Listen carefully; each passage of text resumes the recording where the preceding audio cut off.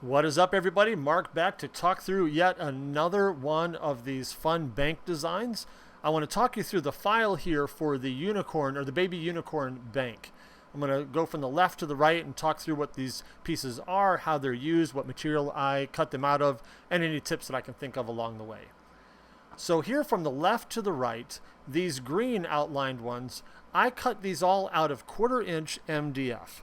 I recommend that you use 1/4" because predominantly it does two things. One, this part here that has the foot on the bottom, that's the one that goes into the base and gives it its rigidity and strength to be able to stand up.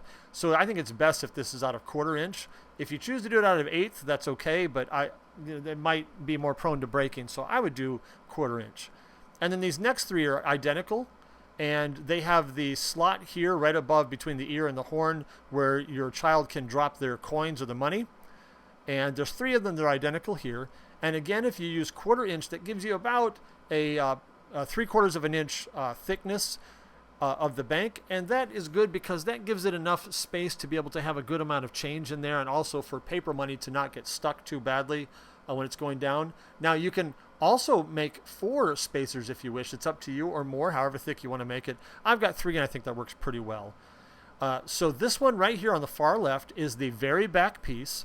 And I want to note that it is backwards from the other ones. In other words, this little pointed part of the hair sticks out on the unicorn's right side or left side on this one, and then it goes the other way on the other ones. And that is because this one is intended for you to cut this hole, this pink or this purple oval here, and to score this red half circle on the back, so that this is the door that you open when you want to get the change or the money out.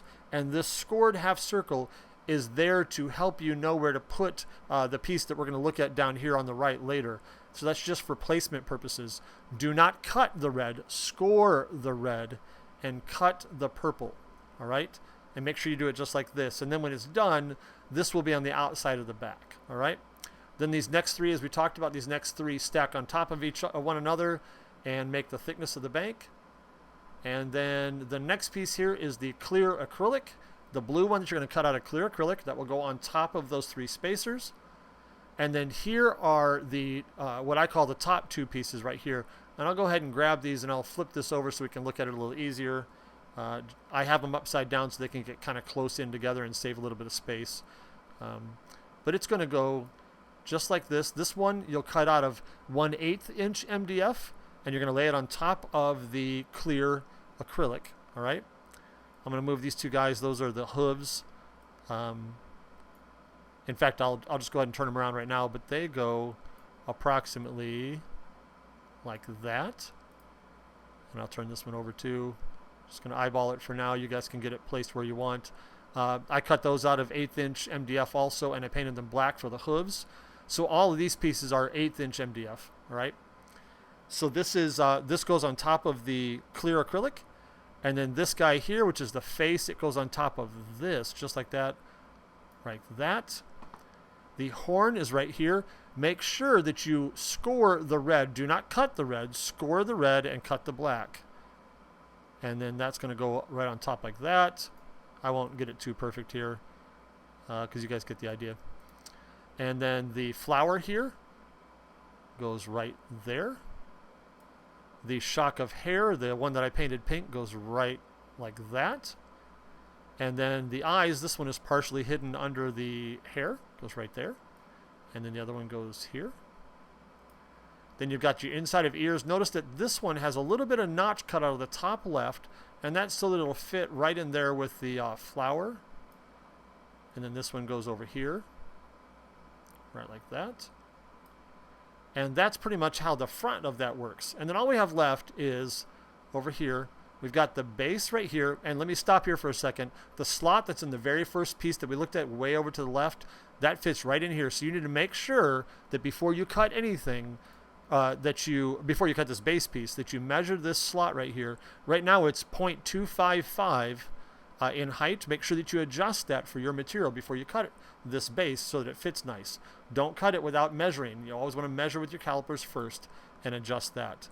And then these pieces right here are part of, or the rest of the door that goes in the back. And I'm going to grab these, and then we'll move over here to take a look at where it goes. All right, so let me just move down here awkwardly. This will be great. Nothing like shooting a live video here. We'll move down here. And these are again the rest of the door. Now you've cut this purple and you've scored the red. And then what happens here is one of these is slightly larger than the other, and you just glue them together like this right here. Glue them together just like that. And then once that's dry, you glue that where this red score line is, where the red score line is, with the larger one being on front. Just like that. And what that does is that creates a slot in there so that this one can then slide down into that slot right like that, so you can open and close the back. All right, just like that. And it would sit right in there. And then this circle is designed to just glue on that door piece so that you have something to grab onto to slide up and down, so that that hole will open and you can get the change out. All right. And so again, this is kind of what it looks like at the end. And you've got your base there. Make sure that you adjust this prior to cutting the base, and you will be good to go. I hope that helps. Let me know if you have any questions, and I'd love to see what it looks like when you guys get done.